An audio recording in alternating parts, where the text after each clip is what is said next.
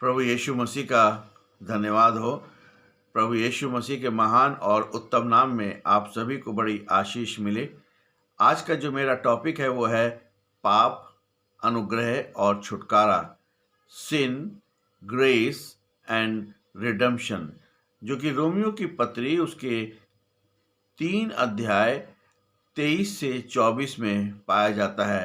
Romans chapter 3 verse 23 to 24। ये एक बहुत ही सामर्थी वचन है जो कि पौलुस ने यहाँ पे लिखा है, और वो कहते हैं कि इसलिए कि सब ने पाप किया है और परमेश्वर की महिमा से रहित हैं। वे उसके अनुग्रह ही से उस छुटकारे के द्वारा जो मसीह यीशु में है सेत में धर्मी ठहराए जाते हैं। ये वचन सुसमाचार का सार है, क्योंकि ये मानव जाति की समस्या है और परमेश्वर के समाधान को स्पष्ट रूप से समझाते हैं। प्रेरित पौलुस ने ये पत्र रोम की कलीसिया को लगभग 57 ईस्वी में लिखा था। उस समय रोम में यहूदी जो व्यवस्था को मानते थे और अन्य जाति जो व्यवस्था को नहीं जानते थे, दोनों के बीच में तनाव था। यहूदी सोचते थे कि वे व्यवस्था का पालन करके धर्मी हैं।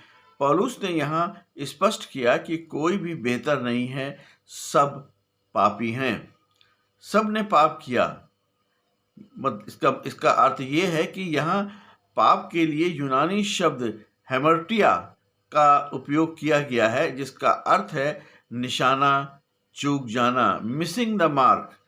इसका अर्थ ये नहीं है कि हम सब बुरे लोग हैं या बहुत खराब लोग हैं, बल्कि ये कि हम परमेश्वर के पूर्ण स्तर तक पहुंचने में असफल रहे हैं। जैसे एक तीरंदाज का तीर लक्ष्य से छोड़ा जाता है और जब वो थोड़ा दूर गिर जाता है तो वो चूक कहलाता है, वैसे ही मनुष्य का परमेश्वर के पवित्रता के स्तर से चूक गया है। परमेश्वर की महिमा से रहित हैं।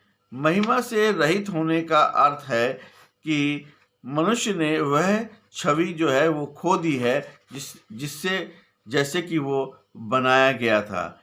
पाप ने मनुष्य और परमेश्वर के बीच में एक ऐसी खाई पैदा कर दी है जिसे कोई मानवीय प्रयास, यानी कि दान हम करें, पुण्य करें या कर्म करें, वो सब प्रयास जो हैं हमारे विफल हो जाते हैं।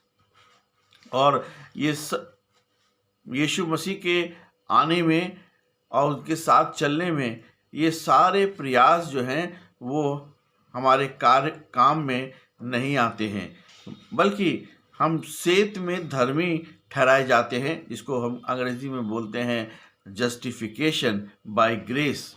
धर्मी ठहरना एक कानूनी शब्द है। इसका अर्थ यह है कि अदालत में निर्दोष घोषित किया जाना। यह एक घोषणा है, सुधार नहीं।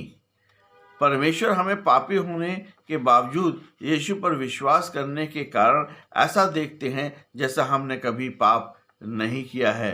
सेत में मतलब है फ्रीली, ये बिना किसी के मूल्य के और योग्यता के दिया जाता है। चाहे हम बहुत योग्य क्यों ना हो, चाहे हम बहुत हमारे पर रुपया पैसा हो, मगर उसके बावजूद भी ये चीज़ें जो हैं हमें फ्री मिलती हैं। और हमें जो है हमारे रुपया पैसा और हमारी योग्यता जो है वो हमें यीशु मसीह के पास नहीं ला सकती है।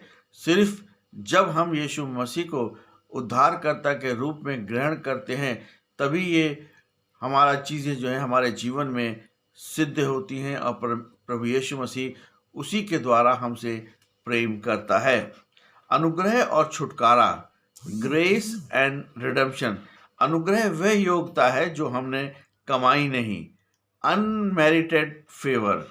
हमें वह मिलता है जिससे हम योग्य नहीं। जैसे हम स्वर्ग और मेल मिलाप हमें जो है अनुग्रह के ही द्वारा मिलता है। अगर हम पर अनुग्रह नहीं होता तो आज स्वर्ग और मेल मिलाप जो है नहीं हो सकता था।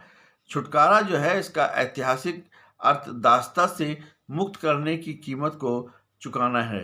प्राचीन रोम के दास बाजारों में यदि किसी दास की कीमत कोई भी चुका देता था तो वे दास स्वतंत्र हो जाता था।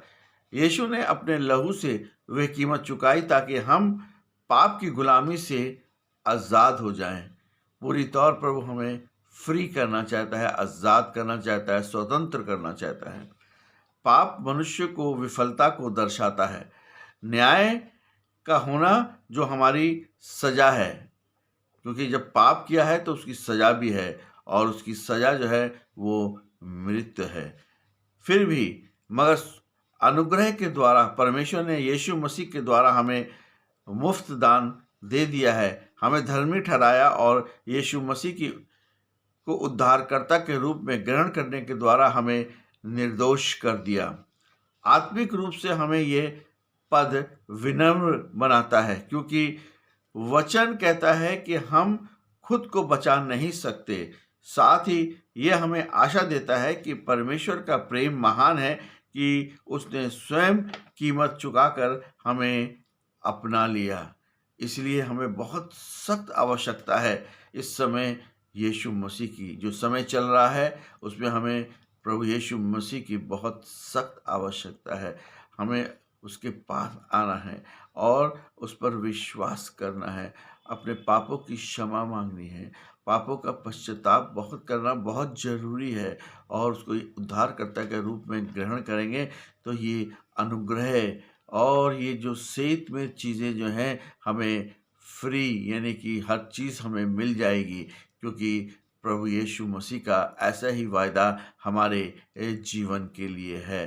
प्रभु यीशु मसीह आप सभी को बड़ी आशीष दे और आने वाले समय में हम सब जो हैं इस बात को ध्यान दें कि प्रभु यीशु मसीह ने हमें इस संसार में इसीलिए बुलाया है ताकि हम उसके साथ चल सकें, बढ़ सकें और उसकी महिमा को अपने जीवनों में देख सकें। प्रभु यीशु मसीह आप सभी को बड़ी आशीष दे। आमीन।